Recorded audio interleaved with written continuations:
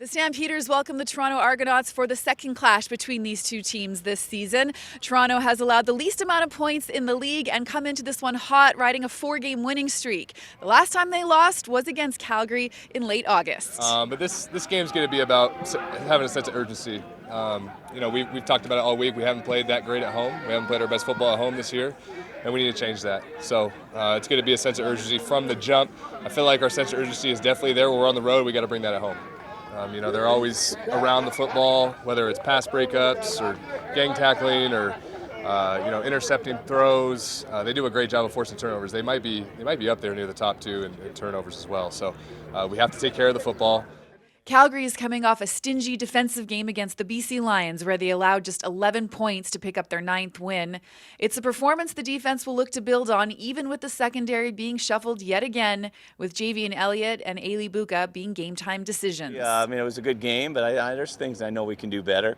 The key will be, can we keep that secondary together? I do think ultimately we got a couple guys I'm listing as game-time decisions just because they got muscle pulls, and I've got to see how they feel. But ultimately, if we can keep that group together, improve on that, tackle well, run to the ball, and then always pressure the quarterback. At this point, it doesn't faze us at all. I mean, everybody in the room has had a chance to, contribute. So, everybody's just living by the next man up mentality. So, if your number's called, you're stepping up to the plate. Last week, such a great defensive game for you guys. Is that the standard that you think this team should have defensively? Yeah, 100%. I mean, you want to go out there and limit a team to, the least amount as possible every single time you're on the field. So, we put out a good showing, and so we want that to be our standard moving forward the rest of the year. The Stamps also began life without Derek Dennis, who had surgery on his fibula Thursday and is out for the remainder of the season. Josh Coker will get the nod at left tackle and is looking forward to getting back into the lineup for the first time since his outing versus Winnipeg. It's big shoes to fill, but I think the type of room that we have is everyone's prepared, and we all, like I've told you before, we're family. So I think it's just important to prepare and focus on the things that Pat has discussed with us. I think after that, you just have to play fast. So, I'm very proud of being able to take over from Derek because he's done so much for this league, for our team, and I got a lot of respect for his game. So I like to look at some of the things that has helped him be successful. He's a competitor.